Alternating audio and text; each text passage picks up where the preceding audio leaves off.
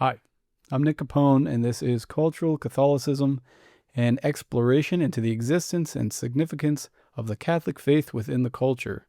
Today I'm speaking with Eric Wind. He's one of the world's leading experts on vintage watches, and he founded and owns his company Wind Vintage, which was started in 2017, and it sources and offers vintage watches, very high quality vintage watches at all price points. He was featured in Esquire and named the top vintage watch expert of 2020. Today we talk about, well, all things watches, obviously. We explored his relationship with vintage watches and how that came to be, his conversion to the Catholic faith. We discuss the history of watches, their significance throughout society, and if accessible timekeeping has been better or worse for society. Has it made it better or worse? And we also go into what makes a vintage watch beautiful, what makes watches beautiful in general, and what to look for if you're interested in maybe taking the watch that you wear seriously and starting to explore how can you purchase your first high quality watch.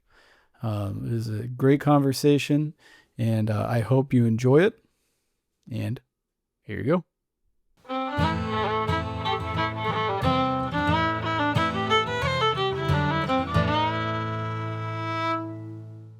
Eric, thank you for being with me today. I am looking forward to talking with you.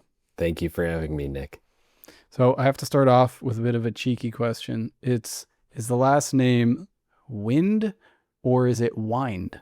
It's a good question. Sometimes people think it's a pen name, but it's actually my real name and my birth name. And wind is just like the breeze outside, not like winding a watch.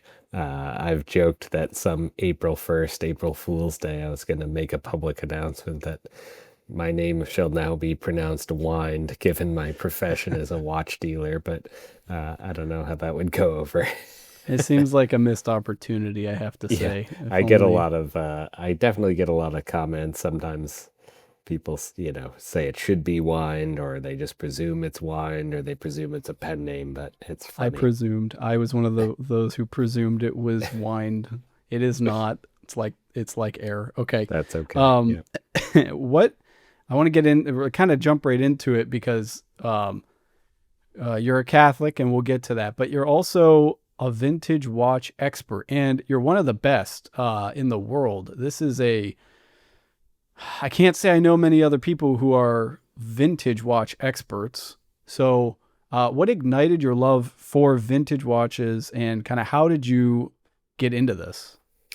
It started with my grandfather's Hamilton, which I inherited after he passed away. It was a simple gold-filled wristwatch, quite small, that my grandmother gave to him for their wedding in 1949. And it was called the Neil. Every Hamilton had like a men's name as the name of the watch. And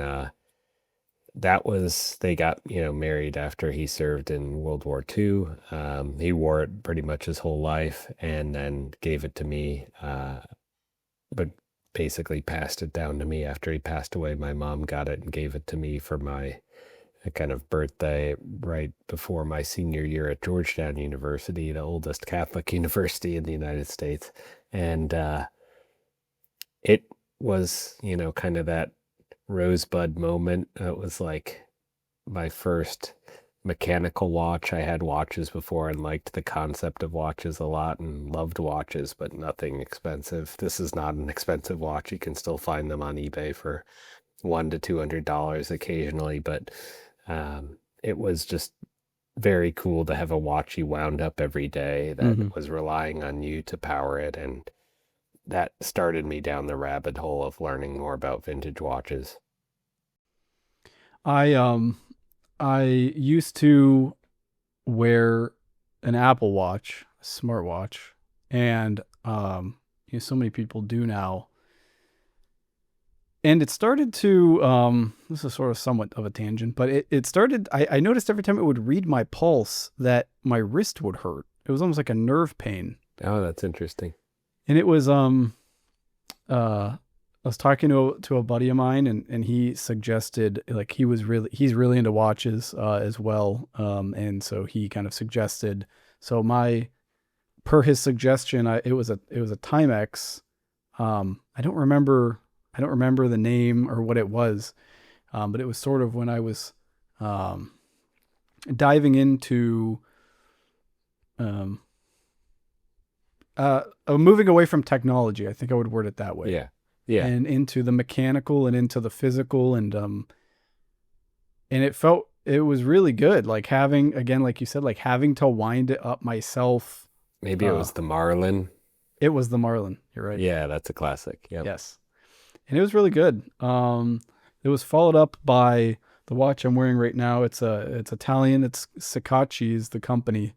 Oh, nice. Um, I don't know if you're familiar with them. So they're one of the I think they're one of the oldest watchmaking companies in Italy. But my father is an Italian importer, so he brings in goods from authentic companies and producers over there, and so It's good with your last name, Capone. exactly. That's great. That's Eh, awesome. I could never have afforded it myself, but he also, kind of in the vein of an heirloom, he gifted it to me, and so it's like, yeah, I have no plans to ever get another watch unless That's this thing great. breaks. Yeah, yeah, So that's good. significant. Um, so you are also, as I mentioned, you're a Catholic, of course. Uh, we wouldn't be having this conversation if you weren't. So, can you talk a little bit about your journey in the faith? How did you get to where you're at now? And then maybe um, how that conversion, or deepening in the faith, whatever it may be, how that's sort of influenced your life and your work. Yeah, I grew up evangelical Protestant. My dad was Catholic, but kind of fell away from the faith. My mom was Lutheran. They got married and they weren't really going to church, and then they began going to a small kind of house church in Manitowoc, Wisconsin, and then they were part of like building the church, and uh, it was part of the Evangelical Free Church of America, which had Swedish roots back to the late 19th century, and kind of has a little bit of a megachurch feel, but obviously this is like a smaller town, but kind of like that Saddleback Church, kind of Rick Warren, like different mega churches kind of feel. Um, I grew up with the positive of that is I grew up with a strong personal relationship with Jesus Christ and knowing who he was. Um, I always felt like something was missing though when I took all the classes about what we believe and like the equivalent of their catechism.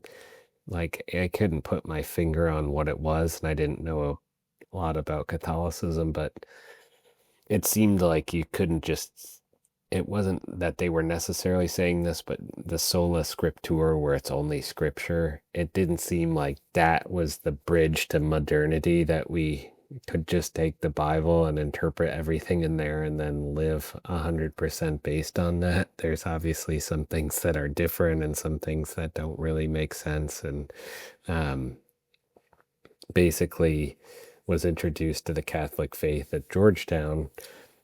At Georgetown, a lot of people fell away from the Catholic faith, to be very honest. A lot more people fell away from the faith and came into the faith, but Not surprising. there were a few, yeah, there were a few good priests I got to know.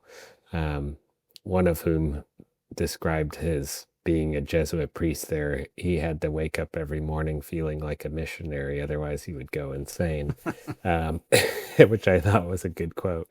But he basically, they talked to me a lot about the faith. It was my first introduction, and I remember having one conversation about, I was like, why do you need confession? Why, to a priest, Father David Collins, who was one of my history teachers, he's like, no, you need an advocate before God, and like the magisterium and the tradition of how it's passed down. And, you know, the catechism, which I didn't really understand at that time, and like the what actually we believe.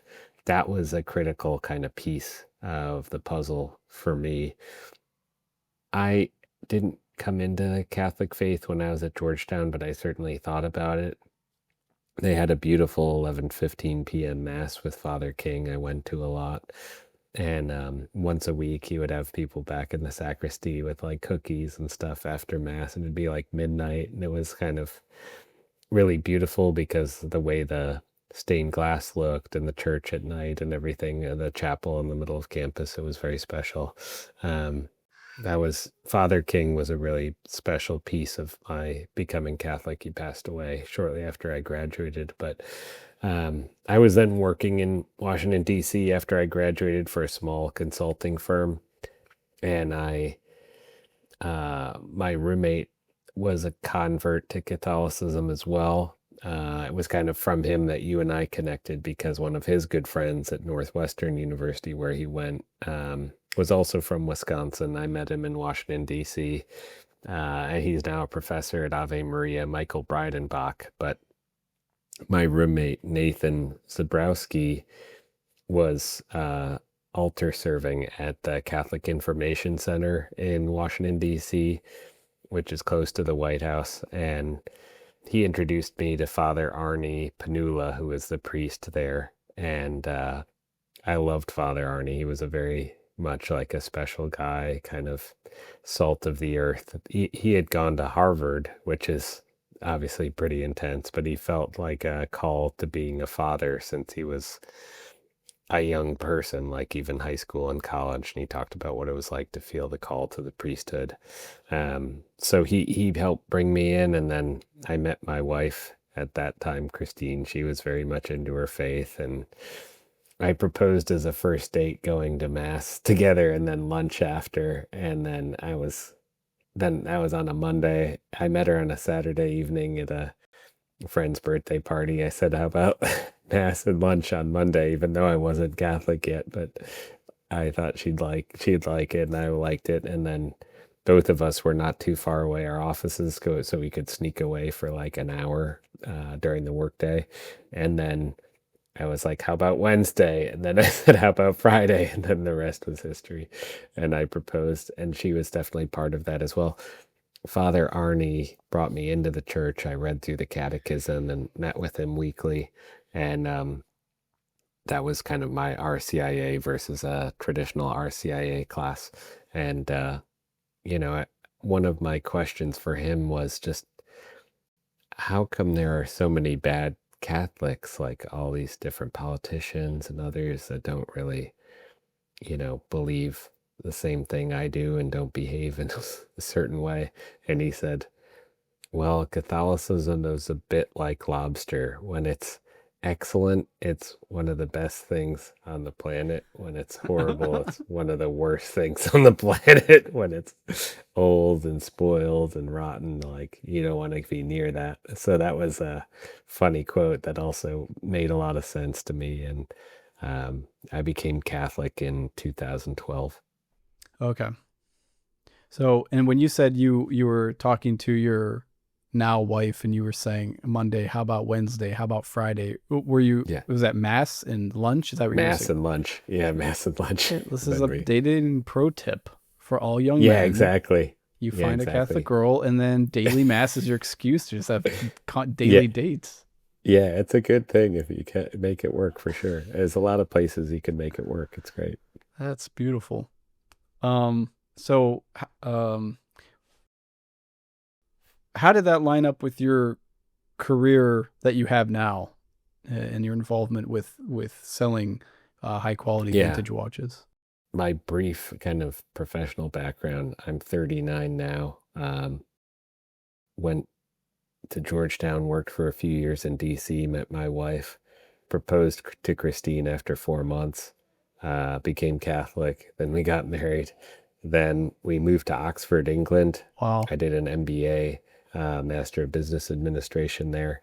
It was a fun first year of marriage to kind of have a new change of scenery in a special place. And it was a 1-year program, which was great. Then graduated In 2013, we got a job offer from a bioenergy company in Florida, which was in the Indian Harbor Beach, Melbourne area north of Vero Beach, and ended up taking that job, worked there. But during that time, since 2010, I had begun writing about watches for this blog called Hodinky, which was very small when I started writing for them and really blew up in terms of popularity and traffic and everything else. All these major people invested in it: Tom Brady, John Mayer, LVMH Ventures, TCG, etc. So I was writing about watches as a hobby basically over the years while I was working in bioenergy, doing that on evenings and weekends. And Christine was supportive. It paid, some amount of money, not a ton, but it was helpful, obviously. And it was like a passion, and who knows where it was going to lead. And that was all happening while I was working for the bioenergy company. By 2015, I had 3 different job offers in the world of watches, and the world of bioenergy was suffering due to low oil prices, which was intentionally done by by the OPEC countries in the Middle East. They wanted to keep oil prices low and kind of hinder our bioenergy efforts. So I didn't see a lot of future there, and I loved watches, and I had these offers, including from Christie's. So I decided to jump to Christie's in 2015, a decade ago, and joined as a vice president, senior specialist of watches. I had, I would say, good amount of recognition in the world of watches thanks to writing for Hodinky over those 5 years and getting to know people through watch events and everything else. So I figured, what's the worst that can happen? I work for Christie's, I get a good name on the resume, and get to do what I love, and can always pivot to something else if need be. But I haven't looked back. I love watches and really enjoyed it. After a couple years with Christie's, I felt like I had kind of professionally plateaued and was time to do something new. I enjoyed Christie's, but it was like drinking water from a fire hose because there's so much going on, and the compensation was probably going to stay the same for like the next 5 to 10 years. Honestly, they don't really, the only way you really get a pay increase from the auction houses is if you jump to another auction house. So it's like this jump back and forth between auction houses typically. So I was eager to start my own company by 2017, and I started Win Vintage with my wife. And the rest is history. Well, one question I was going to ask is, I didn't know if you were involved with watches before your conversion, but it sounds like it was really I conversion and then it was. went. No, I was writing about watches for a couple years Oh, before you my were. Okay. conversion. Yeah, yeah. Um so did coming into your faith, growing in your faith, did that impact your appreciation for them, or I mean, did that impact your career at all in terms of even just how you like view watches or your actual career? I would say it did not affect it very much, but at times when I was first getting into watches, I was wondering, even though it was a passion and something I enjoyed, I wanted to make sure it wasn't something frivolous, something like that wasn't worth it or wasn't of interest to God. Like we all have to find where our passions align with like God's call in our lives. And I was like, well, watches can be a very materialistic thing, obviously, where maybe you care more about the watches than you care about people, or care more about them than the most important things, your relationship with God, etc. Like everything that's good can be overdone. Like Right. obviously people can go overboard with food or desserts or cigars or anything, that could be, or alcohol or anything else that can be good in limited quantities, obviously. But I think I feel like watches, in a sense, as long as you're not worshiping them, if you will, or worshiping any material object, but like appreciating watches and both what they are and what they represent and the craftsmanship behind them, and also preserving them with the older watches that I love and collect, is a positive thing. Like it's good for society to preserve and protect things that are part of our past, traditional craftsmanship that goes into these. We want to kind of preserve watchmaking itself so that it can carry on for future generations, so people can service these watches and look after them. And I think that it's like, it's, if you can learn how to take care of a watch for young people and learn how to take care of something mechanical, that is also a good attribute for your life. Like I see a lot of young people, everything around us is quite disposable. So people don't even really know how to take care of their stuff, whether it's cars or their home or whatever. But you do have to take care of your watch. You can't just chuck it around. Like it'll break, it'll look bad. You have to take care of your stuff. And at a very minimum, having a mechanical watch can teach you that.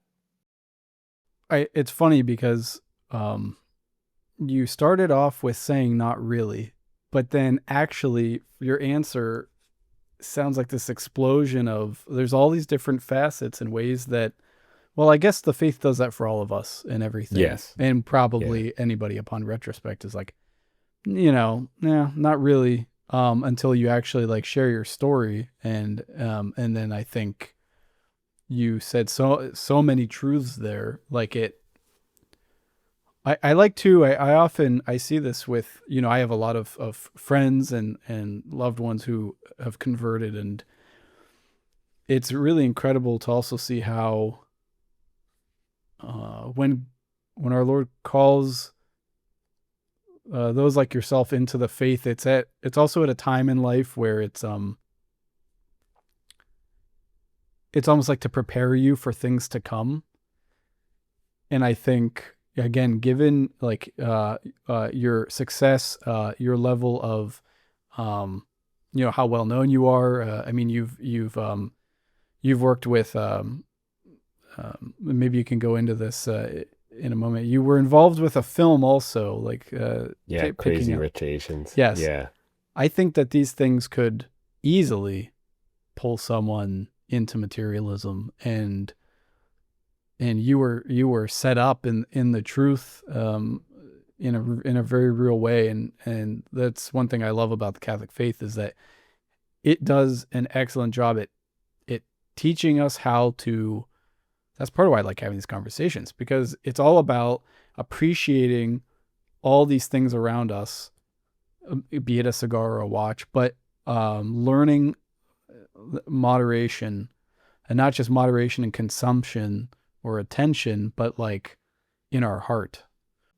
Yeah, it's true.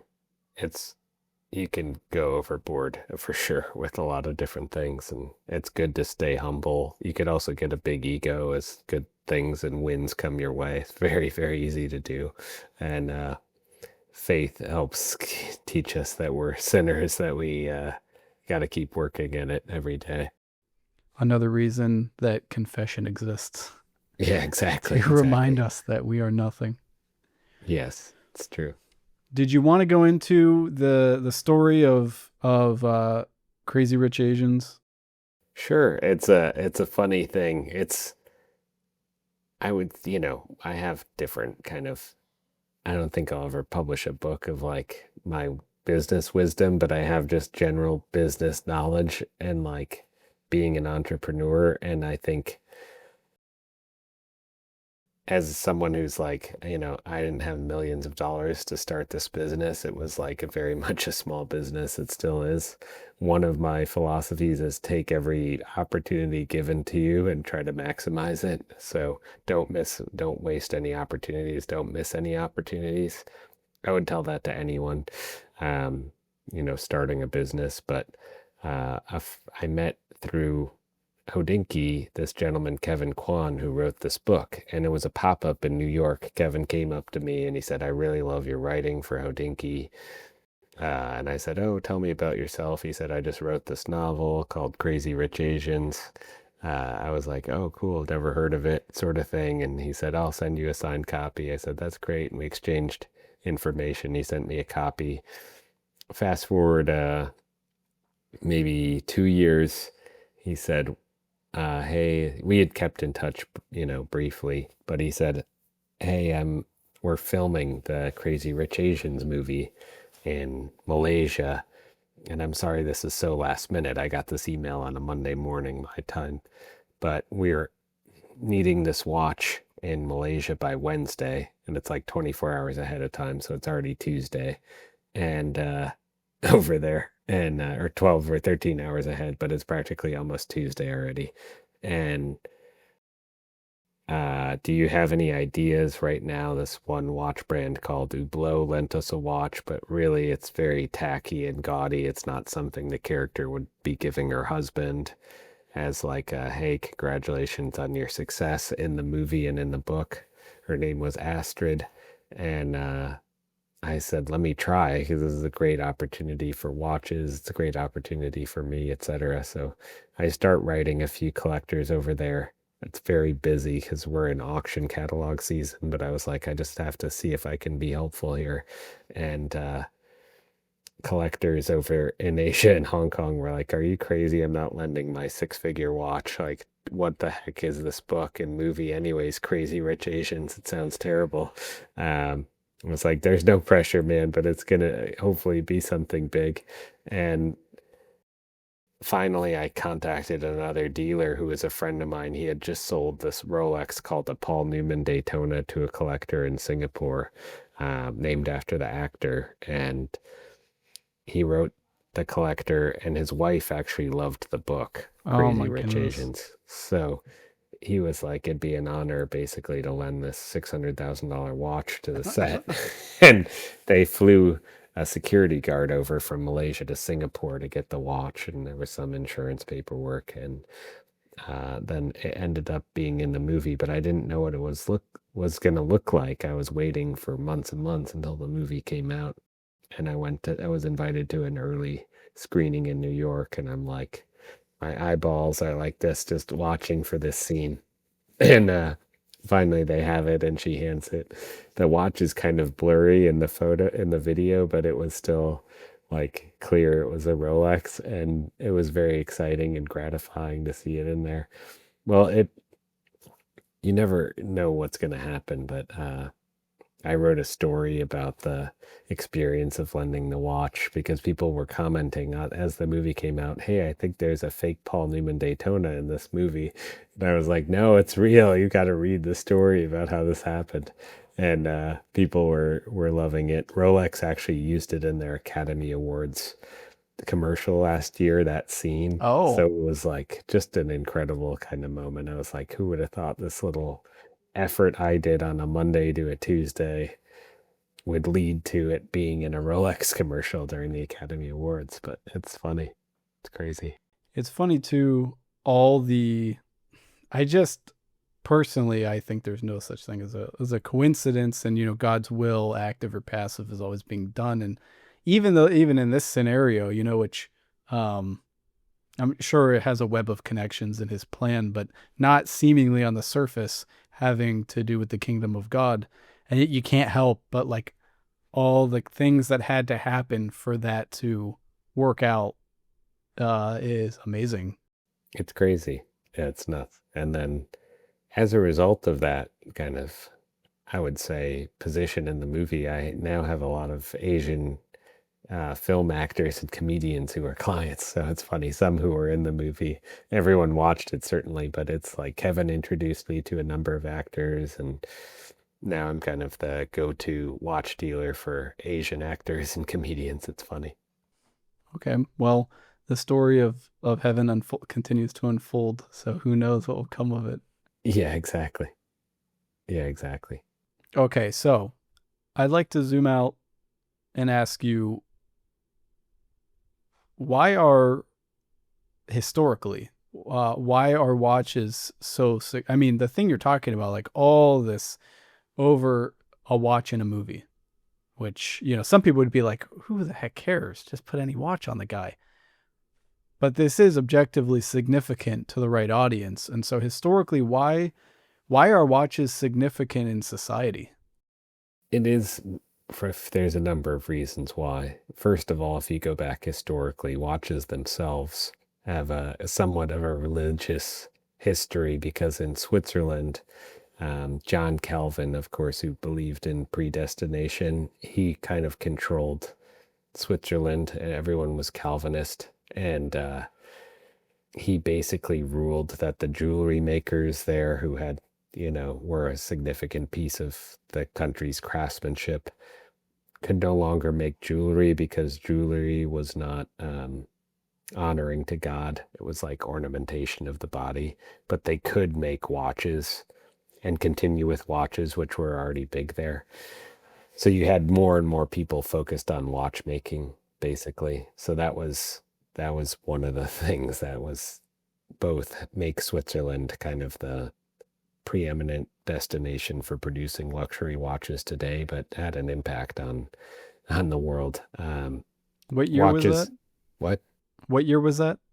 I think Calvin was in the 1600s, so the 17th century. So are these pocket watches? Yeah, those were all pocket watches. Okay. Wrist watches didn't really come into play until World War I and after, in a serious way. Okay. I'm sorry to interrupt you. Go ahead. Yeah, but that's like the roots of watchmaking there.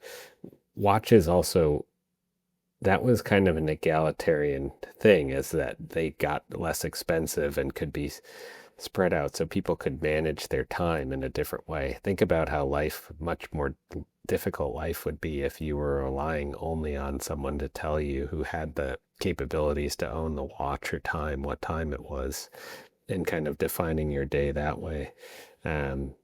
So it was a key piece of efficiency. It was a key piece as the centuries went along, in terms of your average person being able to keep track of time. It's like a really incredible thing. But could you repeat the question? I'm going off on the history of it, but. No, yeah, I mean, I that's kind of it. I would love to hear, and even if I think some people might find it interesting. How far back can you go in the history of it? Like, at what point was the first watch of any kind? Obviously there were sundials and stuff, but when did, and I know at some point too, I mean, you had Big Ben in London and things like that where people could look collectively, but the journey of timekeeping of watches, whatever, I'd love to just hear the journey, and I think we'll extract the significance from that. A lot of people go back to the Egyptian water clocks, which were like measured water with time. They still exist. It's essentially like kind of like an hourglass, but with water, if you will. And of course, sundials, and just tracking the sun generally. Of course, everyone could do as the day passed along, seeing the sun, when it's right above you, it's kind of midday sort of thing. And then as it goes the other way, you're approaching the evening and night. But wristwatches and like pocket watches, in terms of broad proliferation, was really the early 20th century. Pocket watches became much less expensive around World War I, so you could have a lot more of them. And then people converted to the wristwatch, partially because during World War I, people didn't want to be reaching in their pockets for their watches. They needed that access to the time on their wrist for military capabilities. Makes sense. So that was kind of one of the key turning points for wristwatches. And then gradually the pocket watch kind of died out by the 1940s. There were still older people who were used to the pocket watch, but in terms of any significant use, it was kind of dead by the 1950s and 60s, and was really all wristwatches at that point. So, yeah, that's kind of a brief history, I would say. So this is a question. I don't know where my wife read this or saw this, but she read some article and she kind of asked me this, has the rise of accessible timekeeping,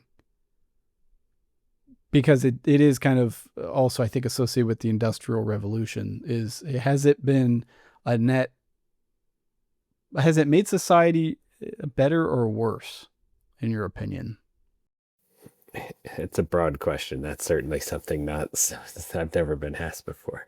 But in a sense, it's good because people can define their own day and define time in a specific way. Um, and I think overall the positives would outweigh any negatives. I mean,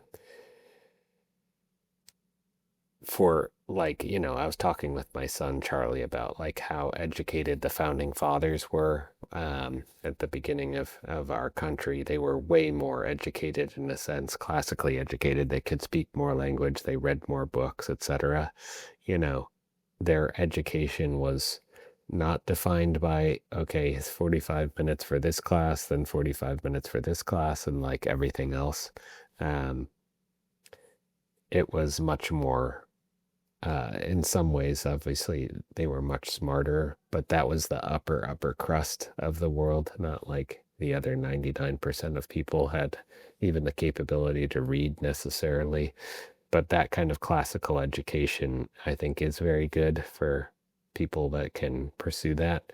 Um, but yeah, in general, it's good for people to be able to coordinate, like, even, you know, like life before cell phones, it was harder to coordinate. Oh, you're at this place. Where should I go? I'll be back at this time, kind of thing. It was like much more difficult. And I experienced that with the Masters golf tournament in Georgia because you can't have a cell phone. So, like, you're in the tournament and you've got to have a plan about where to meet if you get separated and, like, okay, we're going to go back to meet at the van at this time. And, like, you could have a watch, thankfully. That was important, but you couldn't call anyone to communicate with where you were. And early on, people got separated and went different ways, so you didn't see them the rest of the day. And like it was funny. But yeah, it's like it's just different for sure. It was different, I think, before watches and defining timekeeping. Now, can you just dive in a little bit with you're talking about the founding fathers and their education, and how does that relate uh, to watches? I was just saying, like, in some ways, it could have been better for people that were getting educated not to have like a clock that's defining, okay, this time you need to do this time you need to do that. They were much more able to become classically educated by, like, okay, read this book and figure out what it means, read this book and like have these lessons and everything else.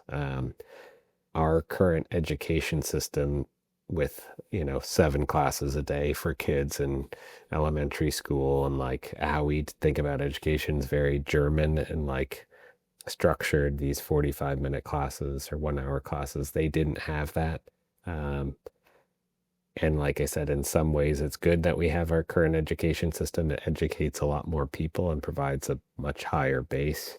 But um, I would say even the most educated aren't necessarily as educated as people were before. Obviously, we have more knowledge at our hands now than they did in the 18th and 17th centuries. But that in general, like if you were to compare what they knew versus someone their age today would have known, they knew a lot more, in my opinion, in terms of overall knowledge and capabilities. I see.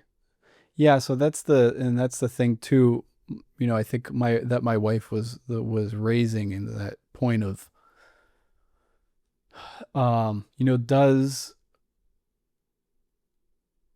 does hyper accessible, and really, I think in that conversation also the thing that she was inquiring about wasn't just a watch, wasn't just keeping time. I actually would argue, I think that before the smartphone, when you just had the wristwatch was your main source of timekeeping, Yeah. that was probably the peak, I would think, historically, because I things do get easier, yeah, but it also has corrupted so significantly that the phones and the smartphones have the time. And I actually didn't wear a watch for a long time because I had my phone, Yeah. which is it's That's also funny because it's almost a form of, it's like a more a more technologically advanced pocket watch. Like I have to make the effort, the act to pull out my phone to look at the time. Yeah, exactly. It is like a Like pocket we're watch in a back sense. there, Yeah. and then you have this weird, combination of what is the Apple Watch, where you can like make phone calls on it, you can text people. Were those allowed at the tournament? Were people allowed to wear no No, you Apple couldn't. Watches? No, Good. no. Yeah, Good. yeah. I'm Just glad that old school. those people didn't get a pass. Yeah, exactly.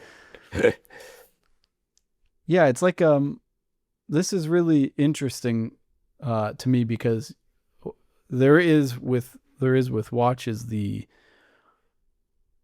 there is the material, literally the physical side of them and how beautiful they are and the craftsmanship and the timekeeping capability and the accuracy, and but there is also that philosophical side to this kind of a thing and the implications of it. And I think it's also incredibly relevant because the more screen addicted that the coming generations are, I think we're almost constantly aware of what time it is. Yeah, it's true. I think it's an attack on, whether it's deliberate or not, I don't know, but I do think it attacks leisure, and It does. And Joseph Pieper wrote a book, Leisure is the Basis of Culture. And if there's no leisure, there's no culture. So that, you know, it's a it's a blessing and a curse. Like, I'm on my phone a ton. Like, people are texting me hundreds and if not thousands of times per day, asking questions, wanting to sell things, buy things, etc. It means I'm never really off, except like when my phone's not around, and I don't want to be away from my phone too long because I'm kind of literally losing money potentially.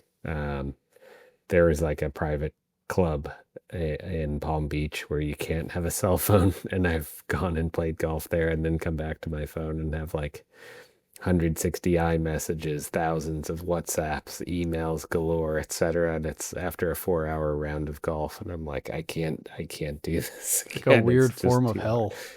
It's too hard not to be near it. So it's yeah, it's tough, but you just try to manage it as best as you can. It's like some of these smaller Catholic schools. So Wyoming Catholic being one on the college level, and then there's a few of the all boys schools like St. Martin's Academy. Where these Where places, is that? oh boy, I think it's in Kansas. Hmm. Um, but these places don't allow their students to have cell phones. That's And great. Yeah. yeah, going back to, and they're getting out in their, I don't know, I can't speak as much to Wyoming Catholic, but I know at the schools like St. Martin's that they're making bread and they're like butchering animals, raising livestock, tending to gardens, and it's incredibly, you're incredibly present. And but like they still would need watches at both of those places. You got to know when class is. But Yeah. I love that it's going back. It's kind of, it's like going against the grain and forcing them back, you know, uh, decades. Um, in that kind of an instance, I think too, probably what kind of watch you have and how well it works becomes like incredibly important. Um, are there any ways? So in doing a little bit of research, I was trying to see, are there ways that the Catholic faith or Catholic Church in particular, uh, is intertwined with watches, timekeeping, anything like that? And the only article I could come across in my cursory search was apparently there's this history of popes with watches, and like the type of watch they wear is like a profession of some kind. Um, Yeah. are you aware of this? Yes. So, funnily enough, I've sold a couple different papal watches. One was Pope Francis donated a swatch to a charity in Wisconsin that we sold to benefit scholarships for students around the world. That set a world record for a swatch. I think it went for about $50,000. Wow. So that was cool. And then we had sold a Patek Philippe from a pope in the 1880s. That was a gift to him when I was at Christie's. And that went for, I think, around um, less than $50,000 as well, around that range. It was silver. So it's funny, of course, people are always looking at what watches presidents wear. I wrote an article about all the watches of the presidents that are known going back to George Washington for Hodinkee. People wrote about papal watches that we know about. Anyone who was a royal or head of state or head of government or the Pope would have wanted a watch or had watches given to them or used watches as part of their daily schedule. It's a tool at the end of the day and a tool for managing your time, but also does convey prestige and everything else.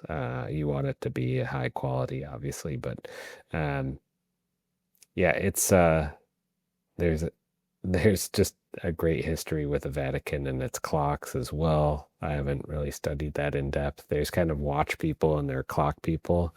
Uh, the clock people are sort of dying out. It's just not as interesting from a collector perspective, and they're not very portable. Like a lot of younger people don't necessarily want grandfather clocks in their house. We're kind of a more portable generation moving between apartments and everything else. More vagrants, I would say, among our generations, and like not looking to recreate a living space like, the 18th century aristocrats had, like more of mid-century modern and modern living, and IKEA and all this sort of stuff is kind of more part of our young people's lifestyles today. So yeah, I mean, the Vatican has a rich collection, I think, of clocks, but I haven't studied it in any great depth. But they used clocks, and the Jesuits used clocks, sort of to gain entree into some of the Asian courts, like in China, to meet emperors in Japan and other places. So they would give these elaborate clocks or astrolabes or other things to emperors in order to be able to try to spread the gospel of Jesus Christ. Interesting. Um, I had a thought. Have you ever heard? Is there? I feel like I've heard comments from people who maybe this is more in the traditional Catholic groups, but there's something also about priests wearing a watch during mass, or they're like discouraged, or it's. Have you heard of it? Most priests I know wear a watch. Like it's important for them dictating their schedule during the day. But I've heard, I could understand people not wanting them to have a watch and perhaps be distracted by the time when they're saying mass, but they might need to know when mass is, so and when to start mass. So I don't know. It's like anything. It hopefully it doesn't rule your life, but is a tool to help your Right. life. Well, there's a balance too. I think this goes kind of back to, in your journey and how the faith can help steer us. What would you say to, I'm kind of pivoting off of that point of certain popes, being gifted very nice watches, not necessarily wearing them because it can be an outward sign of, based on how much the watch is. And, the Pope, I know Pope Francis wore like a $10 watch generally, but some of them were a little bit nicer. Mhm. So how do we as Catholics balance the, you can appreciate the item and the craftsmanship of it, the quality of it, um, but not get lost in materialism?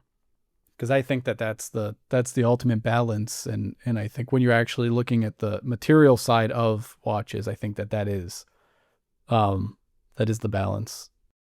I think it's kind of like if you can collect anything, which I think you can, whether it's sports cards or coins or um, watches. It's God isn't necessarily calling us to be Spartans living in like the simplest little room with like the simplest bed with nothing else. Like, God loves beauty. He created beauty, obviously. And I think it's good to be supportive of efforts to create and preserve beauty. And you can overdo anything, as I said. I mean, no one necessarily needs 3,000 watches, but having a collection, whether it's 30 watches or 50 watches or something else that you appreciate, you love, you take care of as well. I personally find more value in vintage watches because even the supposedly hyper rare modern watches, you kind of go online and you can see a ton of them for sale. So it's not like very special or unique. But God, as I said on another podcast recently, that was with this Catholic group called Amoris Christi, and Father Thomas Policall, they're based near Boynton Beach.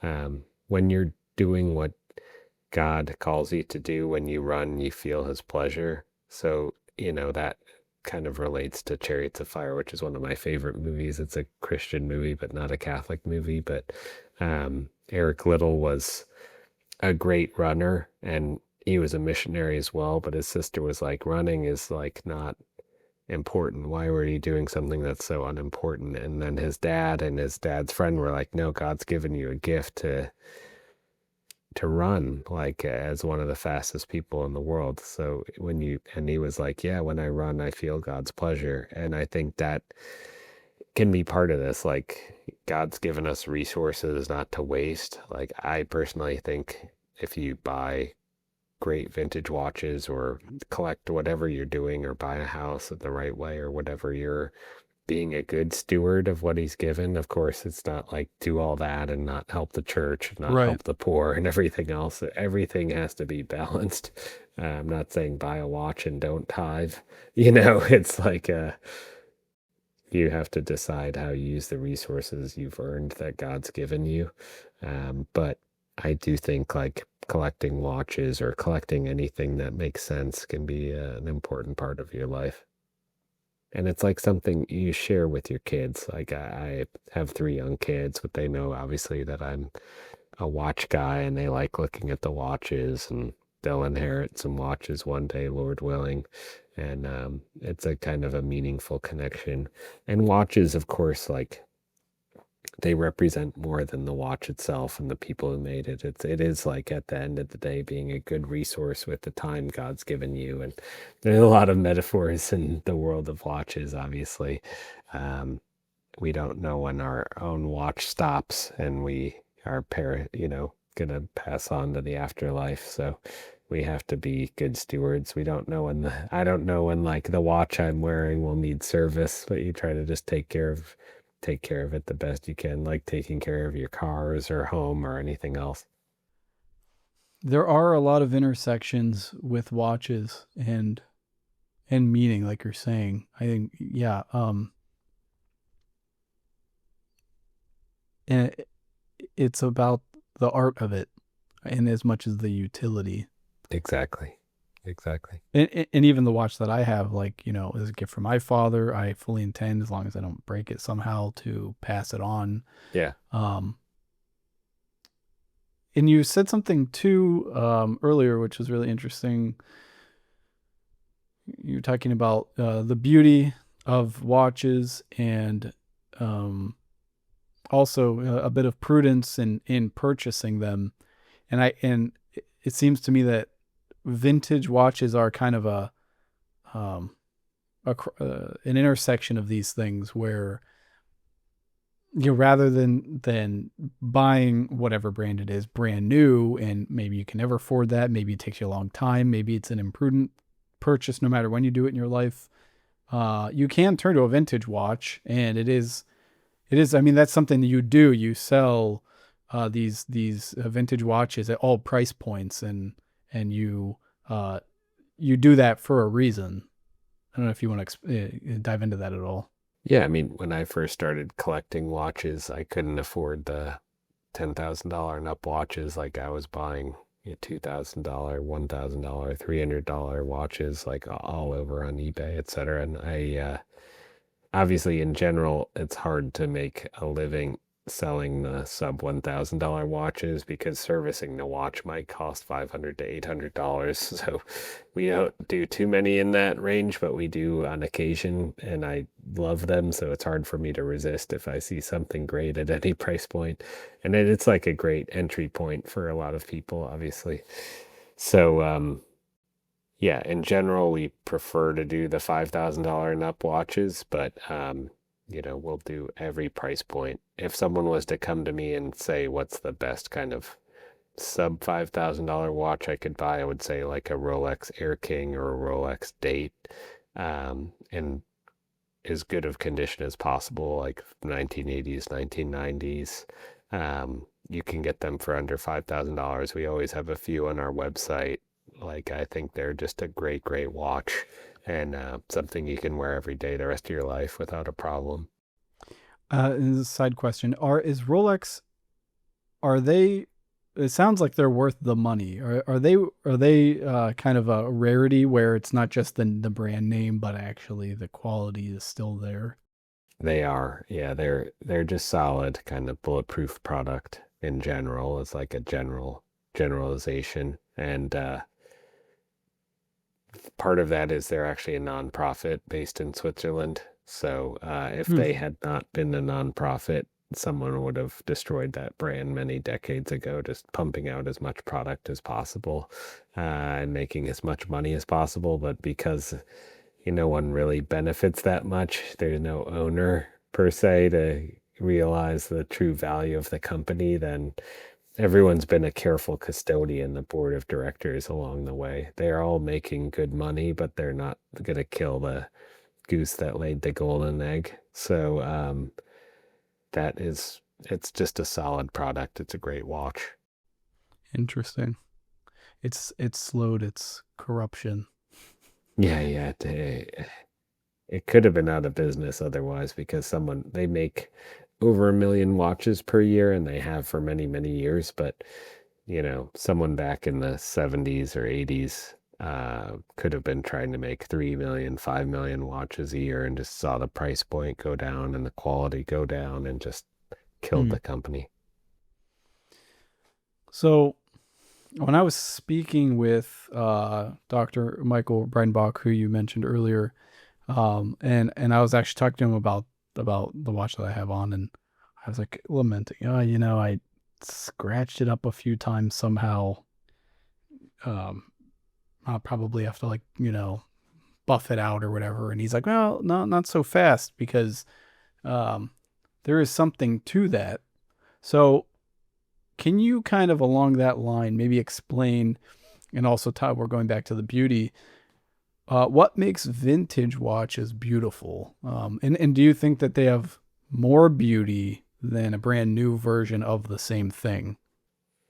I do. That's, yeah, why my company's named Twin Vintage. So if you gave me a great example of a vintage Rolex Submariner or Daytona or GMT Master side by side with the new models, I much prefer the vintage models. There's very few watches, I would say in general, where I prefer the newer watches to the older watches. Part of that is like the watches get kind of patina, so there is glow in the dark paint on the dial and in the hands that back in the kind of 80s, 70s, 60s would turn more yellow than white, and you get that kind of interesting patina to the watch.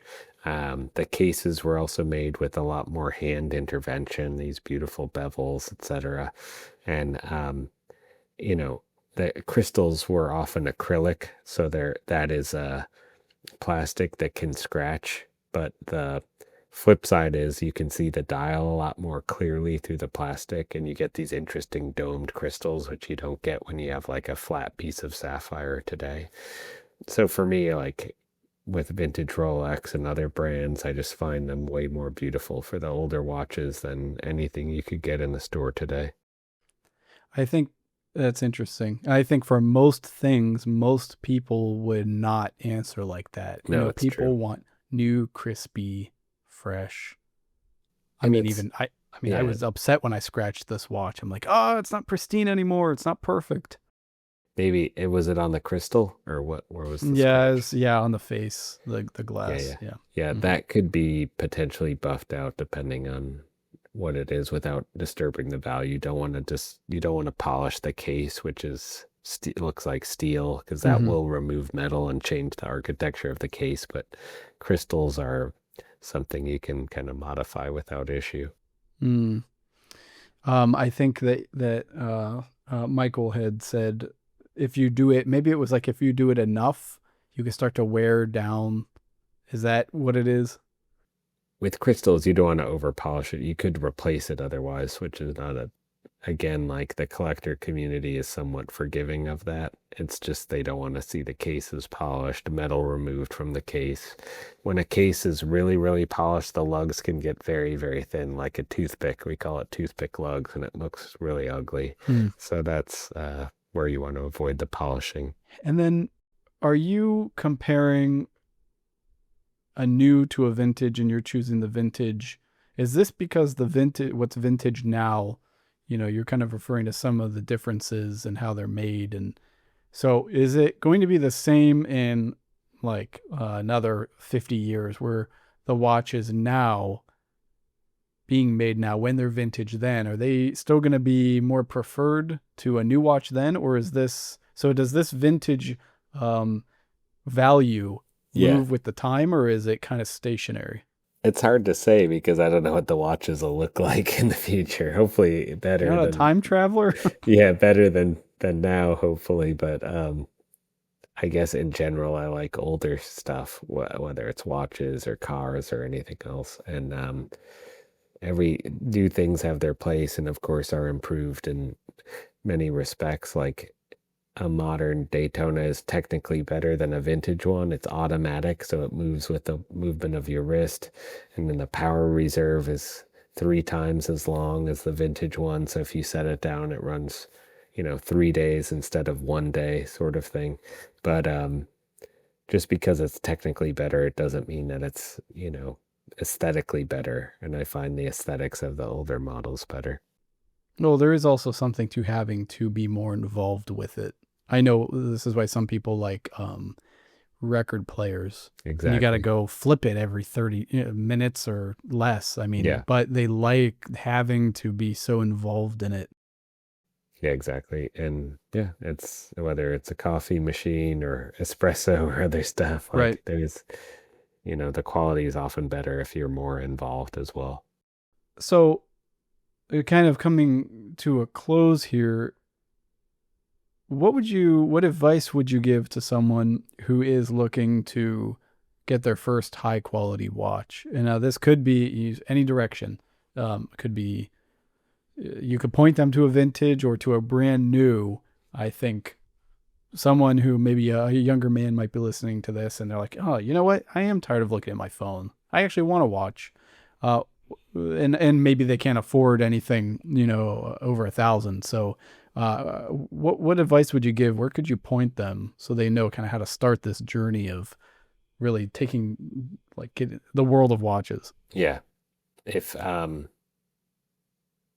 if you want something mechanical, first you have to like the look of the watch, because if you don't like it, it's not as fun. And you also kind of want to know, do you prefer a watch on a bracelet, like a metal steel bracelet, or do you want it on like a leather strap? How are you going to be wearing the watch? If it's a leather strap, that's more of a dress thing. You wouldn't be wearing it in the water because the leather will get destroyed. Is this going to be a daily watch? You'll be going on vacation and jump in the pool and all this sort of stuff with it or not. One of the best kind of all around sub $500 watches would be the Seiko 5 Sports line. Seiko is Japanese, but they have automatic movements that work really well. I designed 11 Seiko Rowing Blazers watches. Rowing Blazers is a clothing brand based in New York. You can go on, they all sold out, but you can go on eBay and find them. They're typically like around $500. That's a really solid watch that you'll like and be So happy with. that's one That's that you automatic. you designed it. Yes. and they're different color dials. The dial is the face, so we've got everything from white dial, black dial, orange dial, blue dial, purple dial, whatever dial you like, pretty much, green. Those are fun. I designed some watches with a company called True North, and those are quartz watches typically, so they're battery powered, but they're less expensive, and they're also a great watch. Very stylish. You can go on eBay and find that Win Vintage True North. If you look that up, you'll see a few. So yeah, those are two really good places in the kind of under $500 range that I would recommend. I think, and maybe I should have started with this, could you also could you lay out the types of watches that exist? Because I know when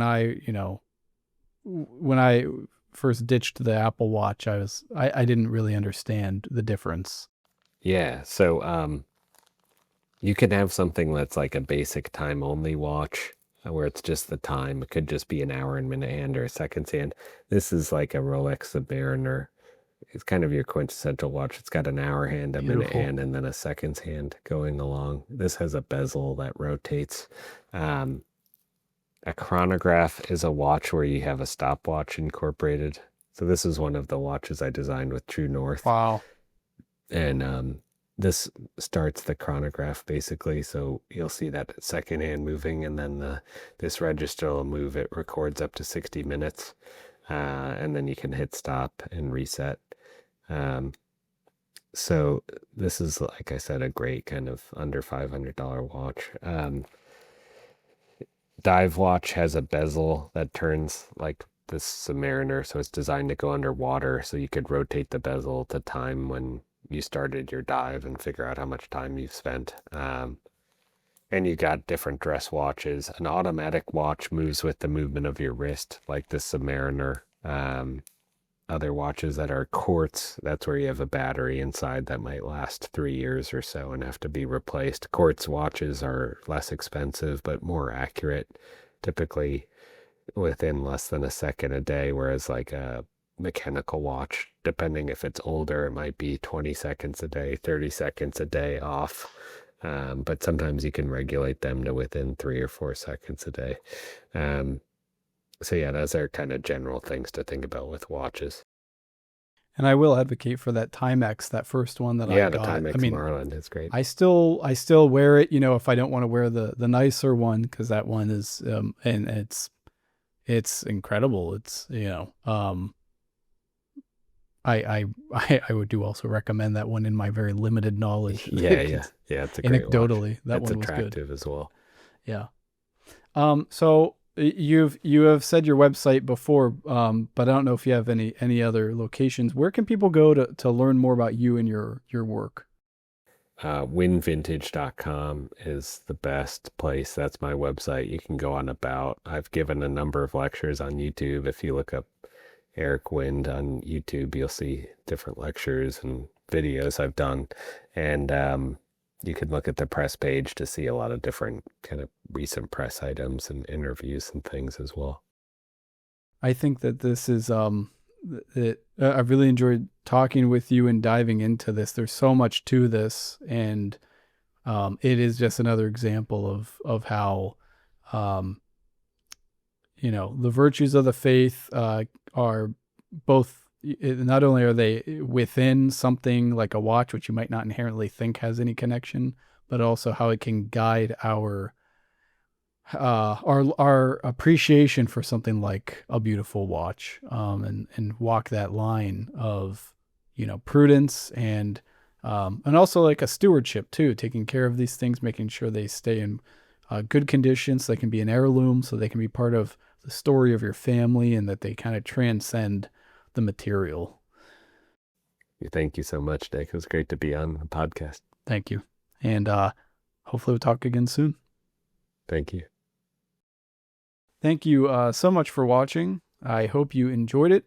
And if you did, please like, follow, subscribe. All of that is very helpful. And please share it if you liked listening to it, and share it with someone else who might like listening to this too. And finally, any support, if you feel so called to provide, be it just a simple prayer or anything monetarily, it's incredibly appreciated, and I don't take any of it for granted. Until next time, thank you. God bless.